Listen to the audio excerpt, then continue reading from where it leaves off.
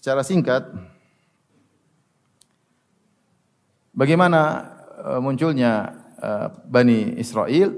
Antum tahu sungguhnya sudah tahu semuanya bahwasanya Ibrahim alaihissalam ya menikah dengan Sarah ya, kemudian satunya dengan apa? Hajar. Ini disebutkan dalam kitab Kejadian Perjanjian Lama. Antum bisa buka dari kitab Perjanjian Lama, kitab Kejadian bagian 17. Di situ cerita bagaimana Sarah kemudian sudah lama menikah dengan Ibrahim, tidak punya anak. Akhirnya Sarah mempersilahkan Ibrahim untuk menikah dengan apa? Hajar. Dan akhirnya lahirlah anak namanya Ismail. Sampai sekarang ada Ismail. Jadi Hajar, kemudian apa? Lahirlah apa? Ismail. Dari Ismail kemudian Nabi Muhammad sallallahu alaihi wasallam. Nabi kita sallallahu alaihi wasallam. Taib. Dari Sarah kemudian lahirlah apa? Ishak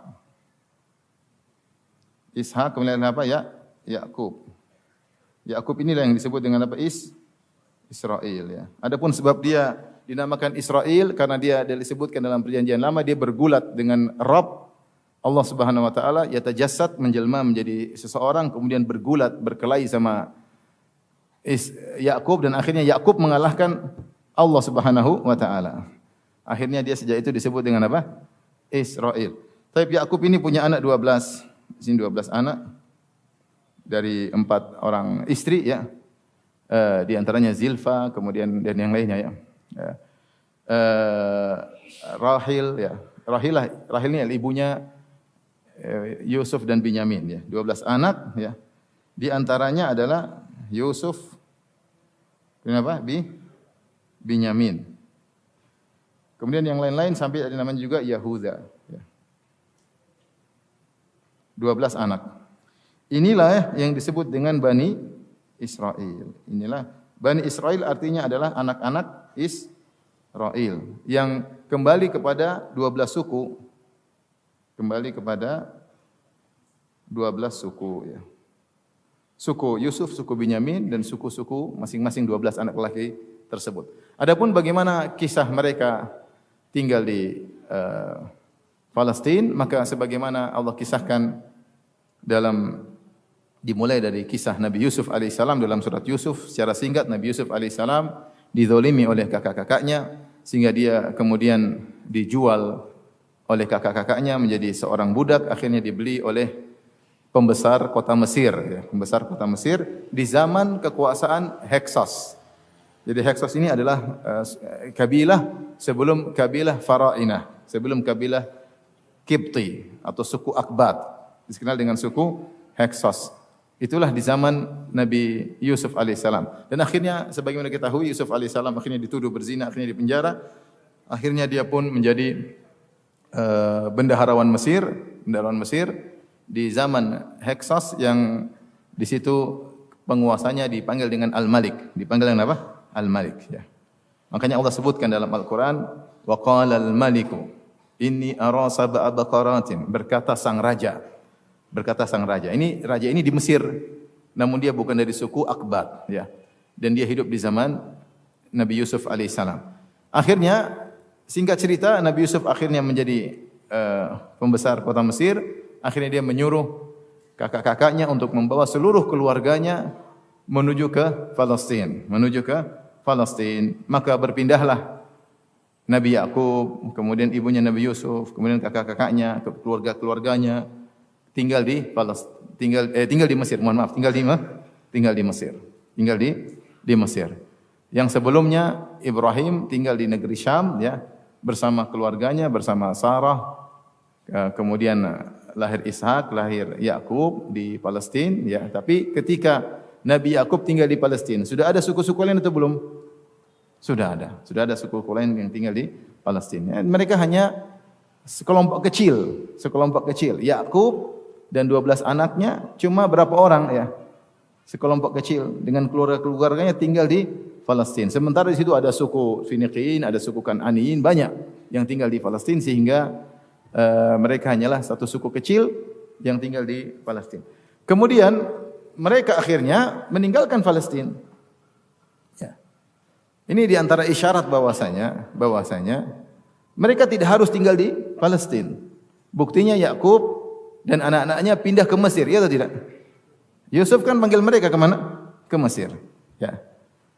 Wa jaa'a bikum minal badwi min ba'di an nazaga syaitanu baini wa baina ikhwati. Nabi Yusuf mengatakan, Allah telah mendatangkan kalian dari Badiyah, dari kampung itu dari Palestina ke Mesir, kota Mesir yang waktu itu sudah sangat maju.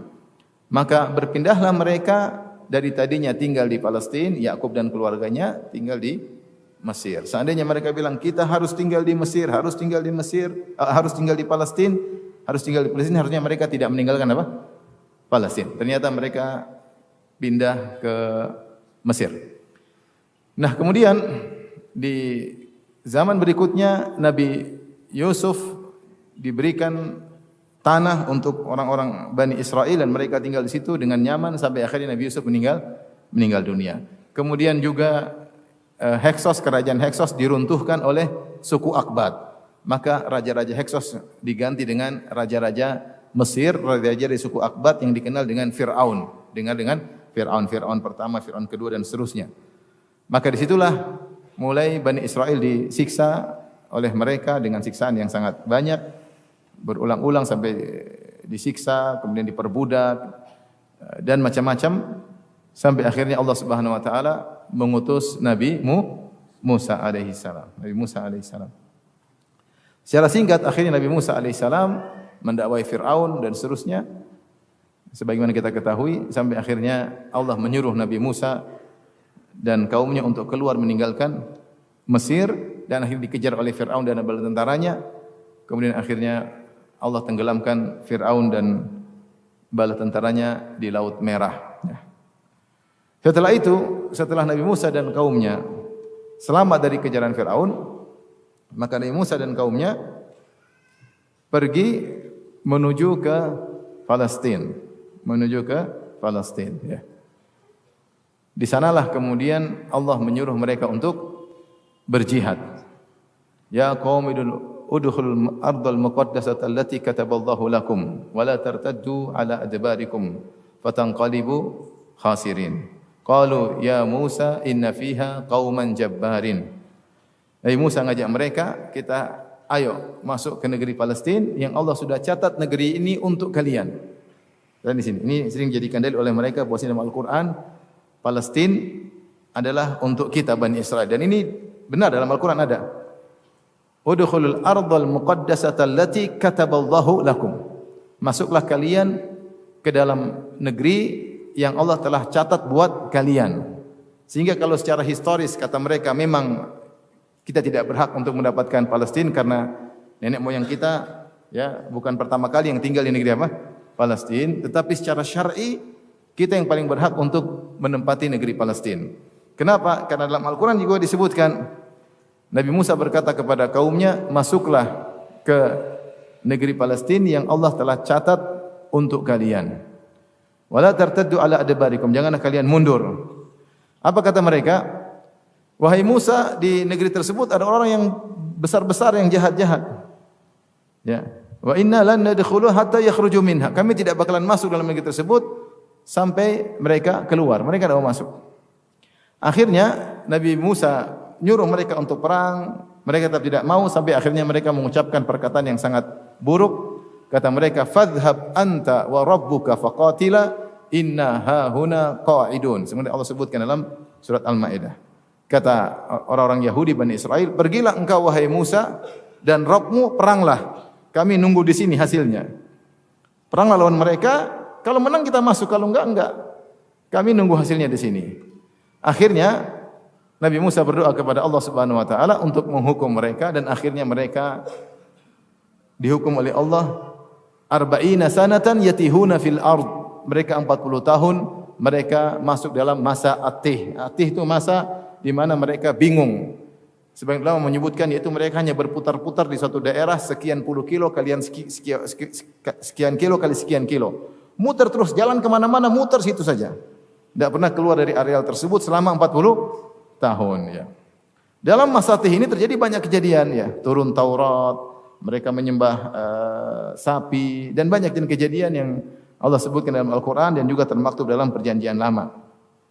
Mereka dihukum karena mereka tidak bertakwa kepada Allah, maka mereka terhalangi dari Palestina. Allah sudah bilang ini hak kalian, tapi karena kalian tidak bertakwa, tidak berhak dapat apa? Palestina. Paham? Tidak ada Palestina. Jadi Allah kasih kalian Palestina dengan syarat kalian apa? Bertakwa. Ya. Walaqad katabna fi zaburi min ba'di dzikr annal arda yarithuha ibadiyas salihun. Kata Allah Subhanahu wa taala, sungguh kami telah mencatat dalam Az-Zabur, itu kitab suci Nabi Daud. Min ba'di dzikr, setelah tercatat di Lauhil Mahfuz. Annal arda yarithuha, sungguhnya bumi itu diwarisi oleh hamba-hamba kami yang saleh.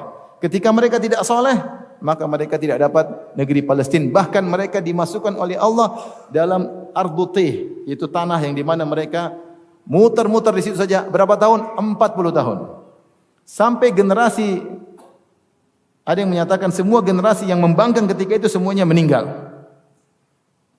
Termasuk di zaman itu pun meninggal Nabi Musa alaihissalam dan juga meninggal Nabi Harun alaihissalam. Kemudian kenabian dilanjutkan oleh murid Nabi Musa alaihissalam yang bernama Yusha bin Nun. Maka Yusha bin Nun ini setelah generasi itu meninggal kemudian berjalan dengan generasi baru yang masih muda-muda, maka mereka berangkat ke Palestina untuk berjihad lagi. Ketika itu mereka ada ketakwaan, akhirnya mereka berhasil masuk menguasai apa? Menguasai Palestina. Menguasai Palestina. Ketika mereka berhasil mengalahkan penduduk Palestina untuk menguasai Palestina, Allah sebutkan mereka hendaknya wadkhulul baba sujjada. Ya. Wa qulu hittatun naghfir lakum khatayakum. Masuklah kalian ke dalam pintu-pintu kota Palestina dengan rukuk sambil berkata, ya Allah ampunilah kami. Saya berkata, ya Allah ampunilah kami. Ternyata mereka tidak menjalankan perintah Allah Subhanahu wa taala. Ternyata mereka juga brengsek sebagaimana bapak-bapak mereka. Ternyata mereka juga brengsek, maka mereka berjalan ala istihim. Mereka sambil delosor dengan jalan dengan pantat mereka, sambil mereka berkata hintah, hintah. Kita minta gandum, minta gandum. Jadi seperti mengejek Allah Subhanahu wa taala. Intinya mereka kaum yang bejat. Kemudian akhirnya mereka menempati Palestina. Menempati kembali Palestina setelah sekian ratus tahun mereka meninggalkan Palestina.